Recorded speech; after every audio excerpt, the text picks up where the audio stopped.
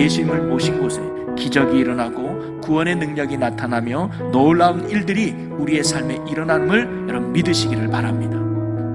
예수님을 모신 그곳에 진정한 평안과 안식 그리고 구원의 기쁨이 넘치게 됨을 믿으시기를 바랍니다. 자, 그러면 이러한 능력의 주인공이었고 구원의 능력이 되셨던 예수님이 오늘 말씀에는 제자들을 데리고 자기의 고향으로 가시는 장면으로 말씀이 시작됩니다.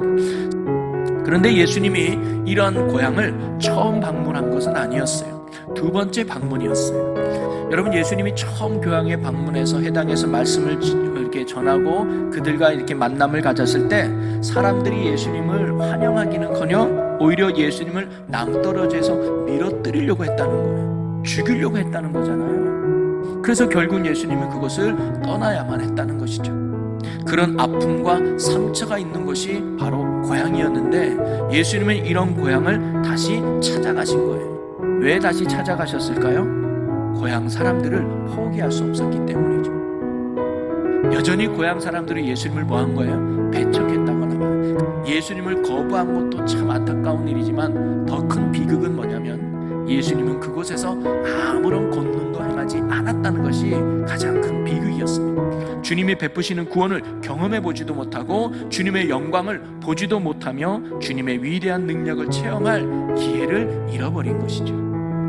다른 곳에서는 예수님이 가는 곳마다 기적도 일으키고 능력도 나타내셨는데 그래서 예수님은 일부러 고향 땅을 찾아가서 그들에게 놀라운 능력과 은혜를 베푸고 싶어서 일부러 찾아왔는데 그들에게는 예수님이 아무런 능력도 나타내지 않았다는 것, 이것이 그들에게서는 가장 큰 슬픔이요 비극이었다는 겁니다. 여러분, 그렇다면 왜 이런 비극이 고향 사람들에게 일어났을까요? 그들이 예수님을 믿지 않았기 때문에.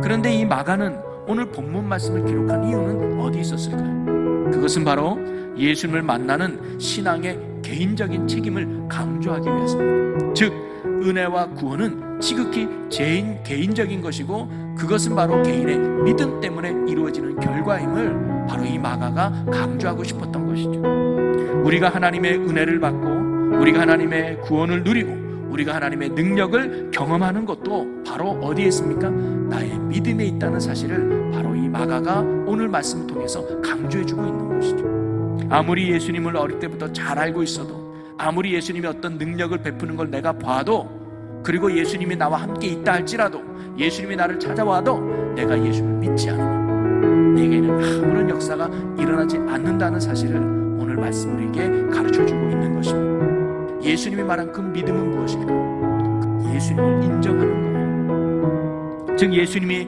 나의 문제를 해결하고 내 아픔을 치료하고 나를 구원해 주실 능력과 은혜의 구원자라고 하는 사실을 인정하는 것, 그게 믿음이에요. 그런 주님임을 알았다면 이제 그 예수님을 뭐예요? 내 주로 모셔드리는 거예요. 나의 구주로 받아들이는 것이죠. 나의 왕으로, 나의 구원자로 받아들이는 것, 그것이 믿음이라는 겁니다. 예수님을 나의 삶의 주인으로 모시고 그래서 매 순간마다 예수님을 붙잡고 결코 놓치지 않겠다고 하는 의지와 결단의 고백이 영접하는 것, 그게 믿음이라는 거죠. 그리고 그것이 바로 회개라고 하는 것입니다. 내가 인생의 주인이 아니라 예수님을 내 인생의 주인으로 모셔드리는 예수님을 따르는 삶으로 나아가야 한다는 것입니다.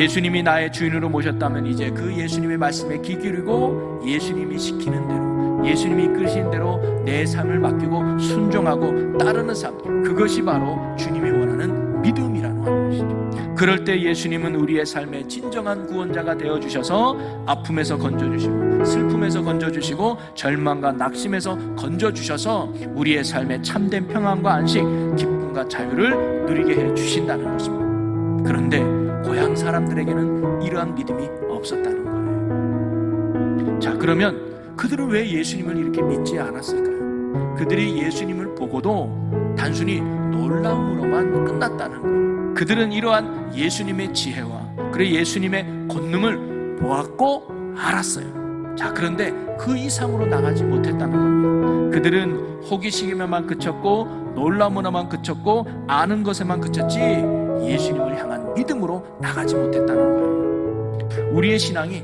아는 것으로만 끝나지 않고 보는 것으로만 머물러 있는 신앙이 돼서는 안 된다는 겁니다. 능력의 주님, 구원의 주님을 믿고 그분을 신뢰하고 그분을 따르는 참 믿음으로 나갈 때 우리의 삶에 구원의 역사와 능력이 이루어지는 축복의 인생이 될 줄로 믿습니다.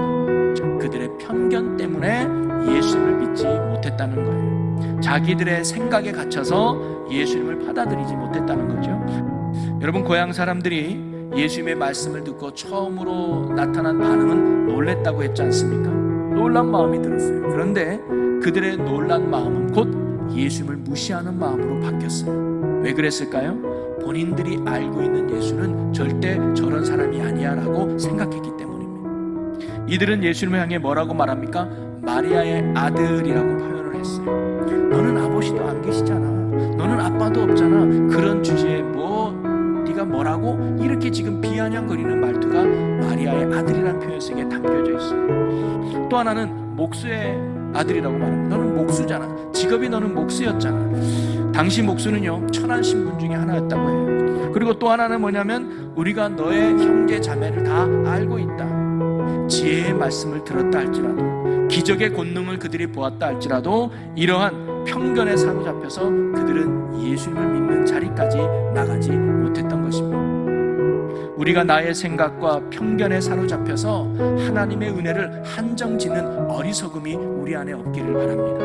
어떠한 상황과 형편 속에서도 구원의 능력을 베푸시는 하나님만을 온전히 신뢰하고 편견 없이 믿음으로 주님 앞에 나아갈 수 있는 저와 여러분의 삶과 믿음의 모습이 되시기를 주님의 이름으로 간절히 축원합니다. 믿음이 뭐예요? 예수님을 인정하는 거예요. 그리고 예수님을 영접하는 거예요. 그리고 예수님을 따르는 것이 바로 믿음이라는 겁니다. 우리는 예수님이 내 인생의 유일한 구원자요, 해결자요, 그리고 모든 것의 주관자임을 우리는 인정해야 된다는 거예요. 여러분이 어떤 문제를 가지고 있고 여러분의 아픔이 무엇이 있다 할지라도 나를 구원할 자는 예수밖에 없다는 이 믿음을 가져야 된다는 거예요. 그리고 내 안에 예수님을 주님으로 온전히 모셔야 된다는 거예요. 그것이 참된 회개이고 믿음인 것이죠.